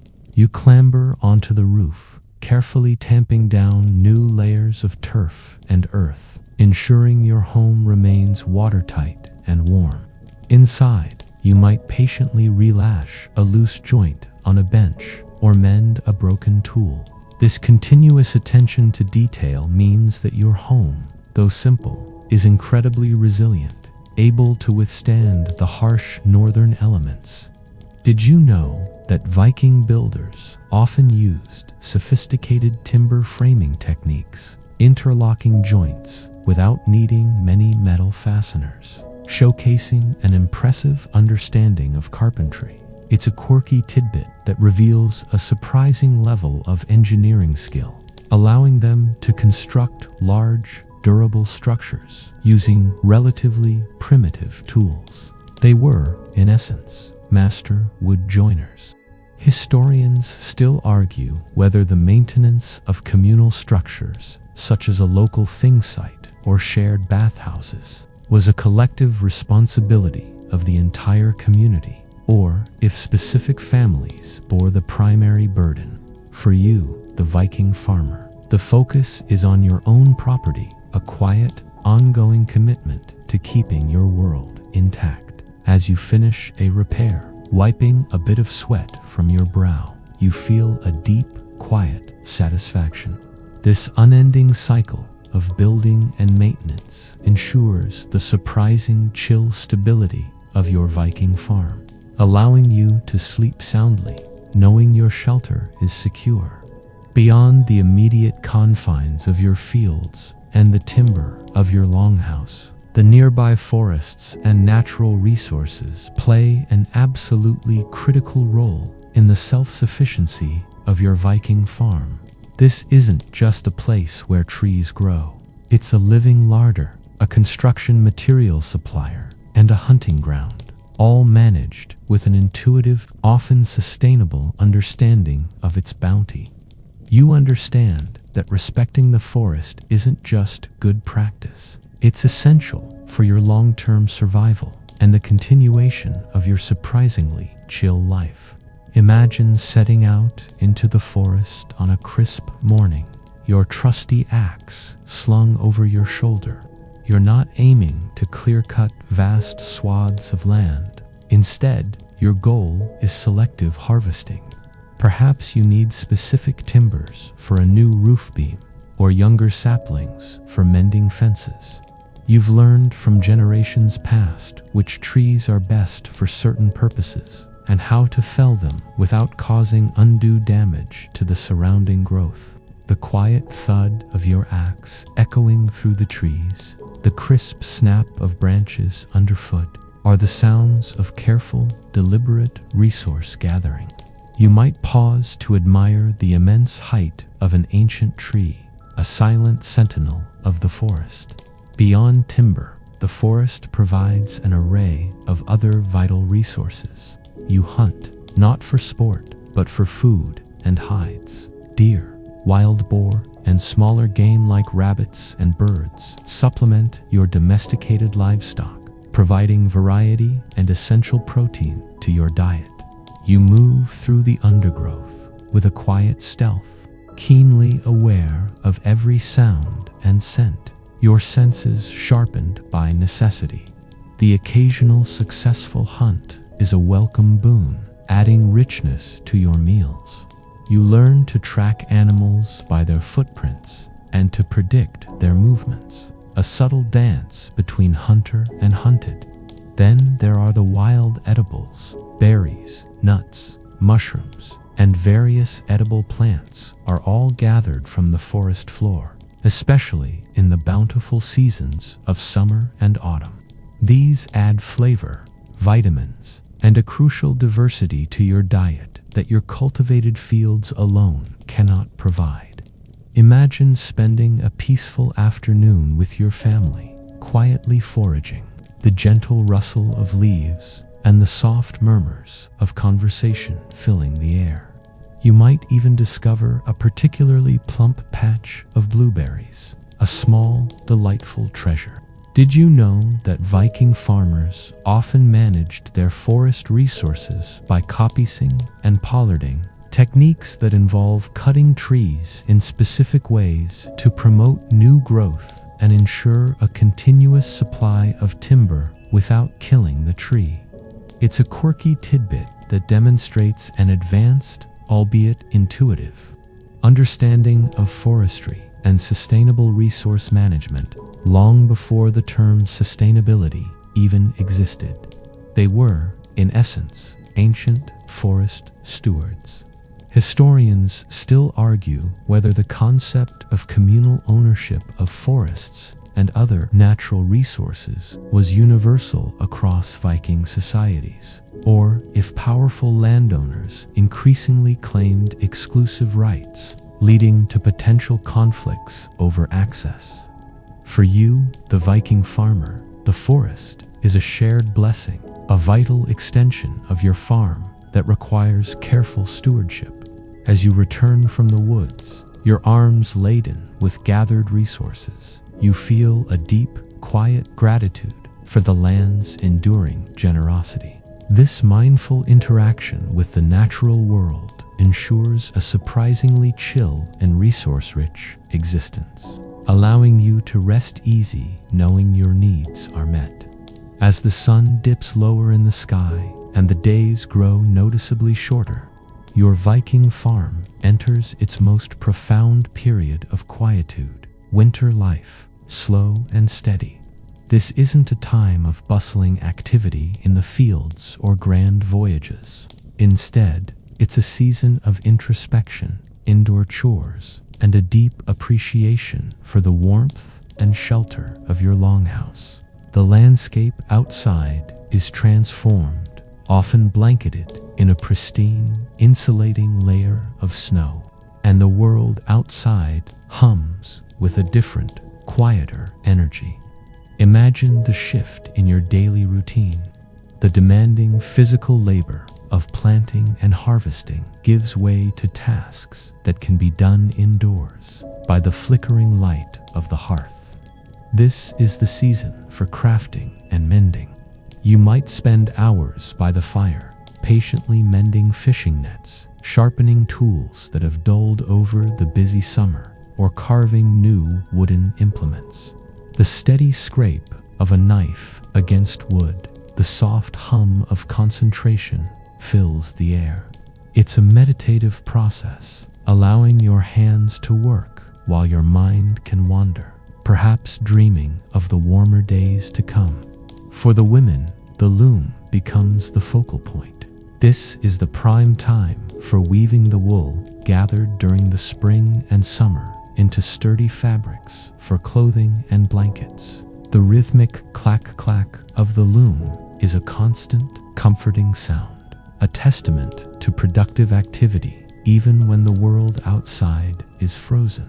You might also see women preparing and re-preparing the preserved foods, ensuring they will last until spring, perhaps grinding grains or pounding dried herbs. These indoor tasks are not less important. They are simply different, requiring patience and meticulous attention to detail.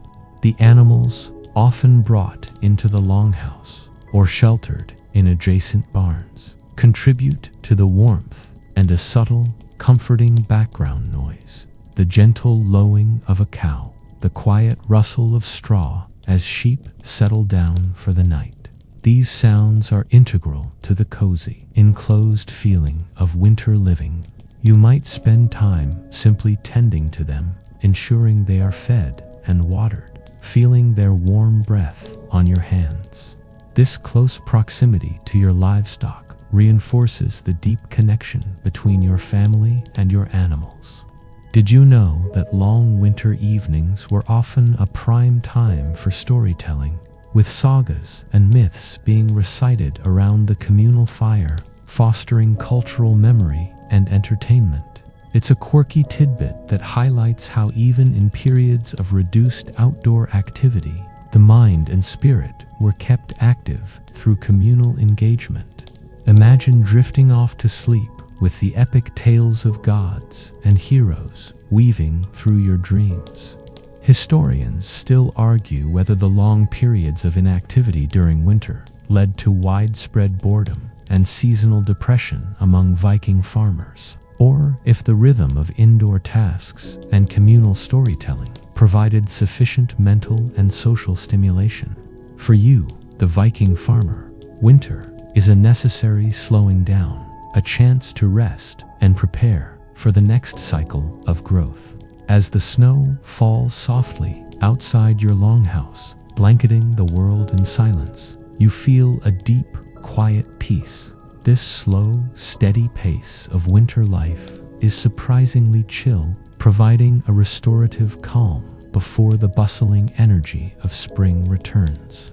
As the long, quiet winter eventually yields to the first tentative signs of spring, you, the Viking farmer, become intimately aware of the passing of seasons and time. Your life isn't governed by arbitrary dates on a calendar, but by the grand, cyclical movements of the sun, the stars, and the subtle shifts in the natural world. This constant observation makes you a natural storyteller of the Earth's rhythms, finding comfort in the predictable return of each season. Imagine the subtle changes you notice.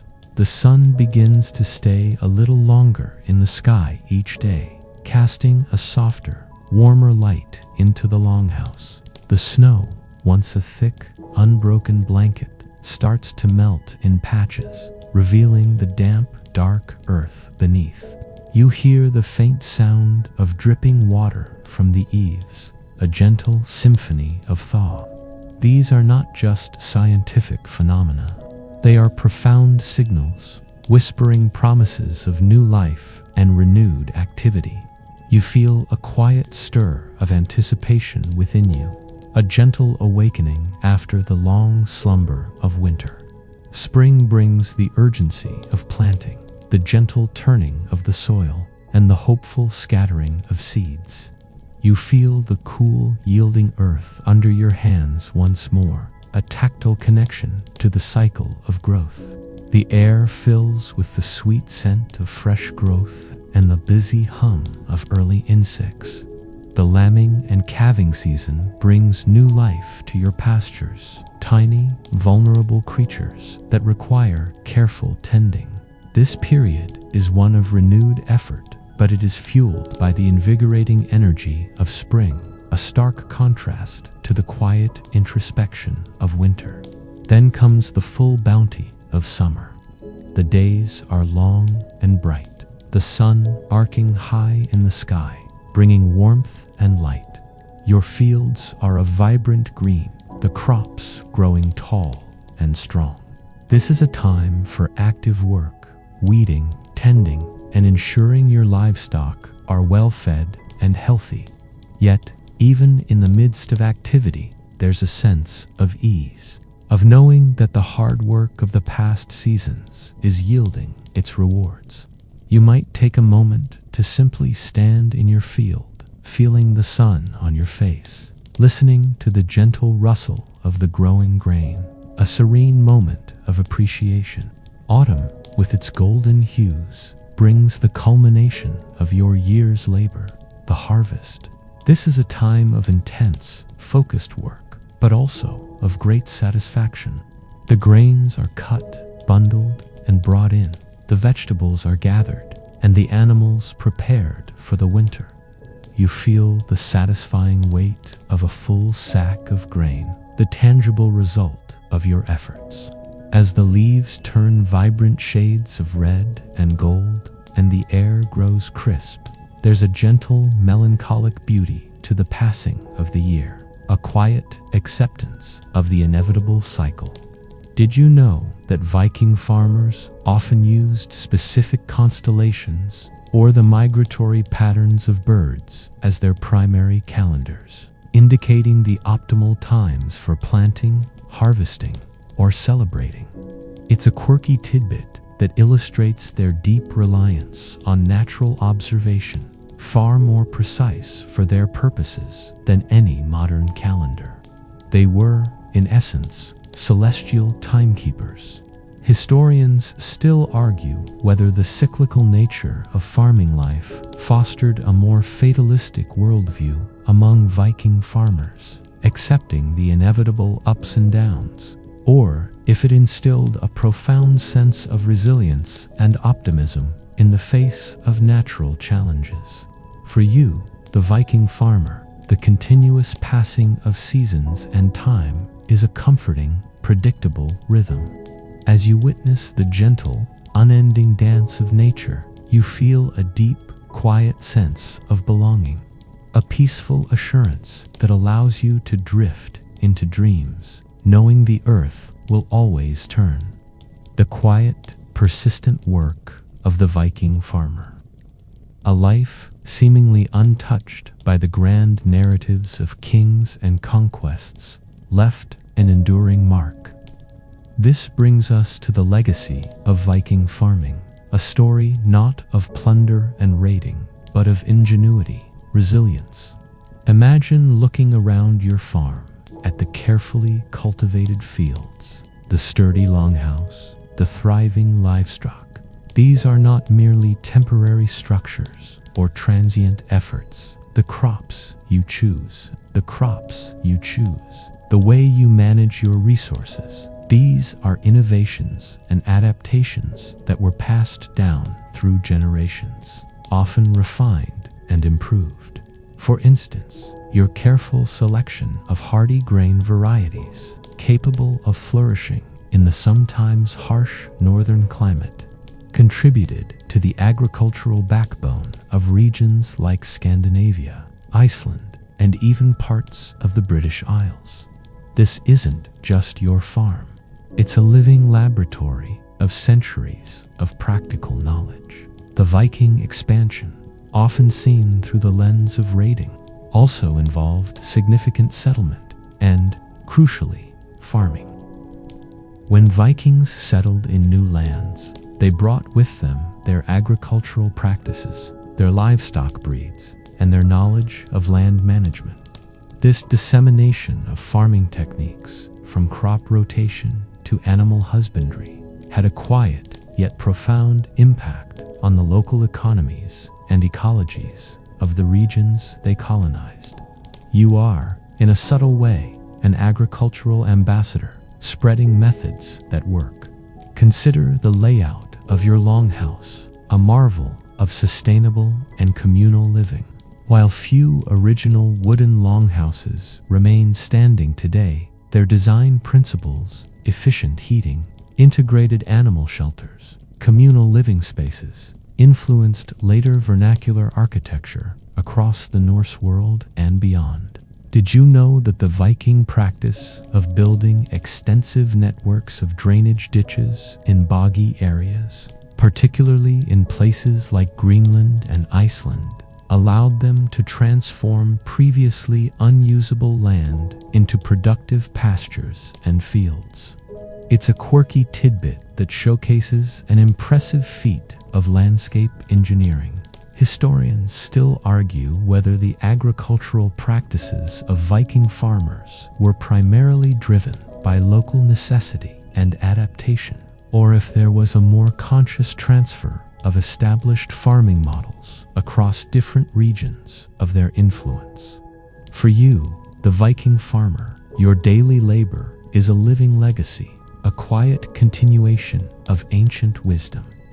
As you survey your fields at the end of a long day, feeling the deep contentment of a job well done, you can almost hear the faint, distant echo of generations past, their peaceful dedication to the land enduring through your own surprisingly chill existence. The stories of your Viking farming ancestors, while often overshadowed by tales of their seafaring prowess, are not entirely lost to the mists of time.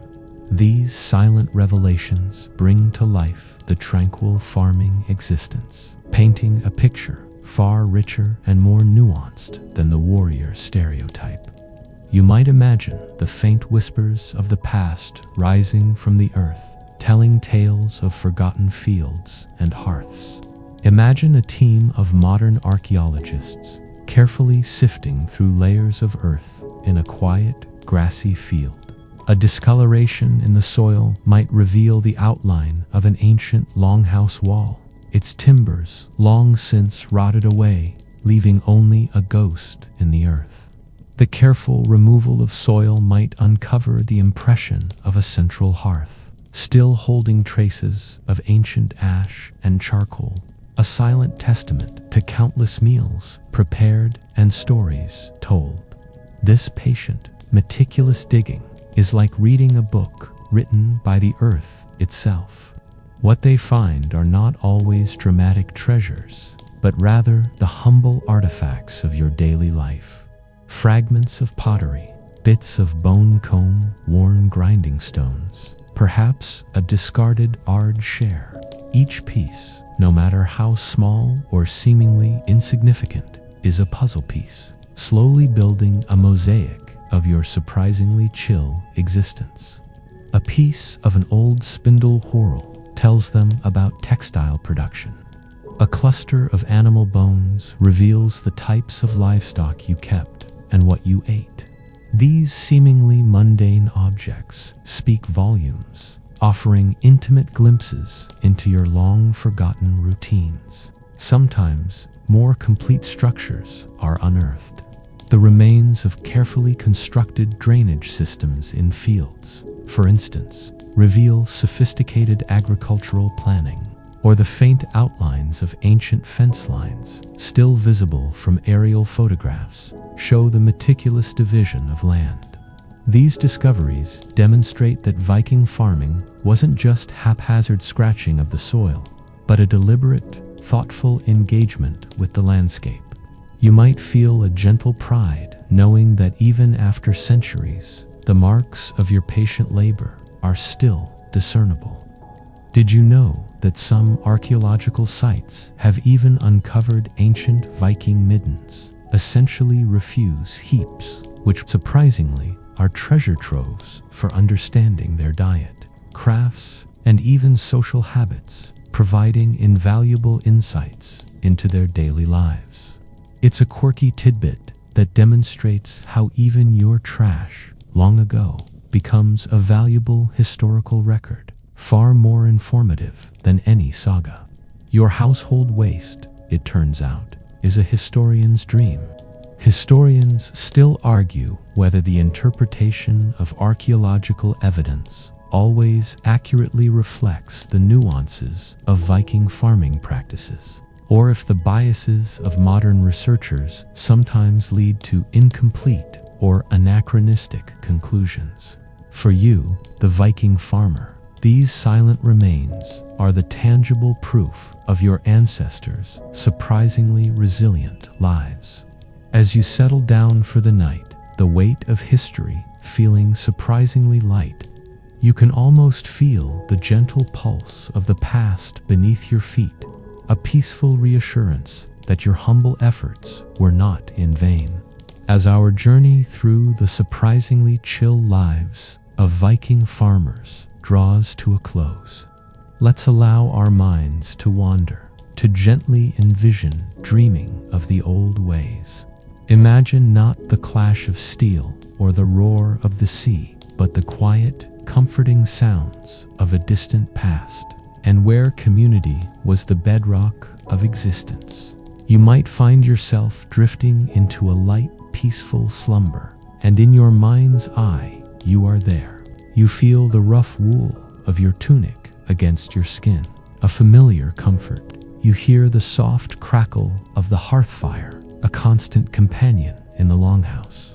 The faint scent of wood smoke and damp earth, mingled with the subtle aroma of your livestock, sharing the warmth, is the perfume of your dreams. There's a gentle, almost meditative quality to this existence, a stillness that modern life rarely affords.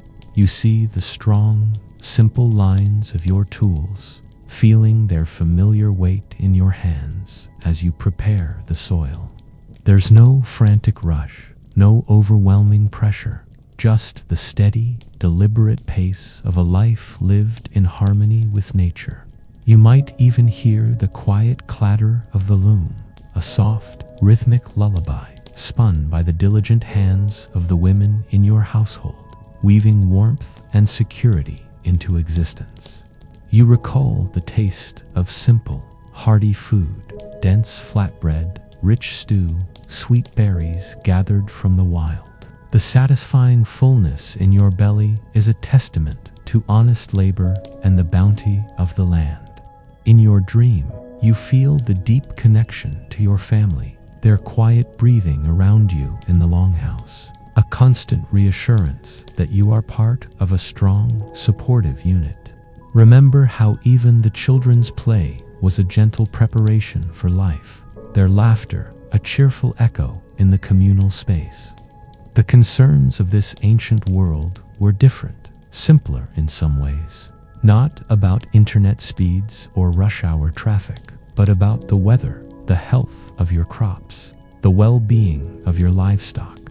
Yet, in their simplicity, they brought a profound sense of purpose.